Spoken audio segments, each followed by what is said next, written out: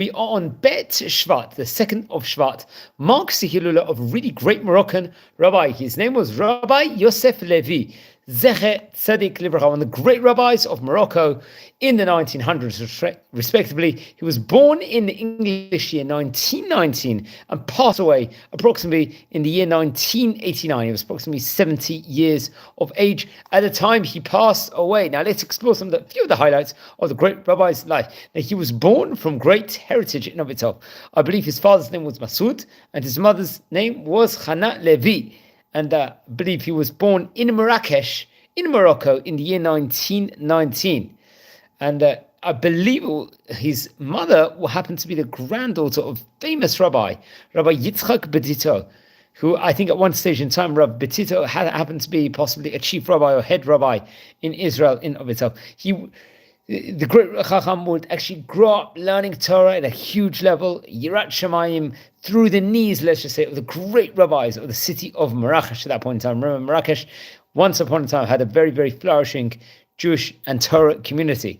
And he was a Talmid of another great rabbi, Rabbi Aaron HaKohen, over here.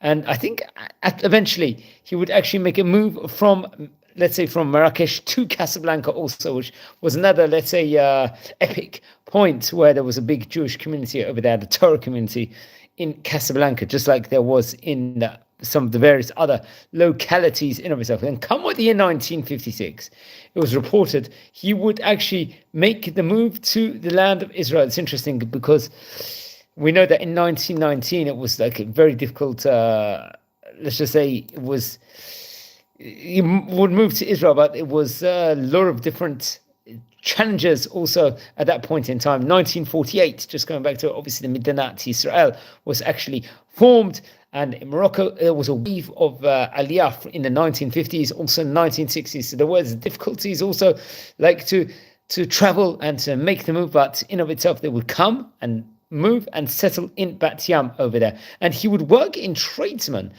over there while he came up. I think he was reported over, he opened a small factory, which is interesting enough because I don't think we've actually come across that so many times.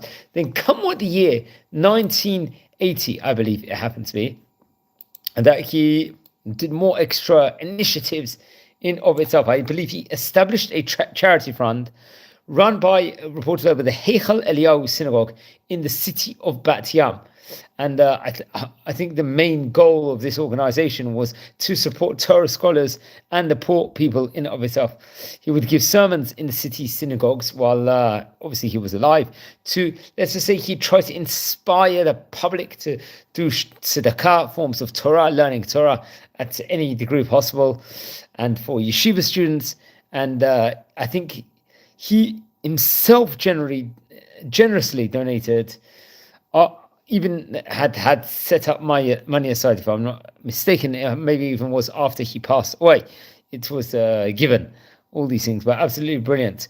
Many of his, after he passed away, I believe he passed away in the year 1989. So since then, he has been putting sermons and comments up on the website. And within regards to, there was a compiled book called the Doresh Tzion, very much then printed in 2019, maybe encapsulates some of the great rabbi's life and who he happened to be connected to in of itself. But it's his Hilula over here on Gimel Shvat, the day before the Baba Sadi's Hilula over here, really great rabbi of his time in Kushta, in various other places in Istanbul. He really was very, very much traveled. So please, everyone, subscribe to the channel. We are a community here. We're learning about the great rabbis of yesteryear.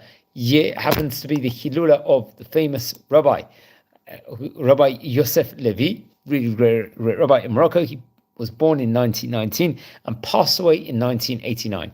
Wishing you all well and blessings from Israel.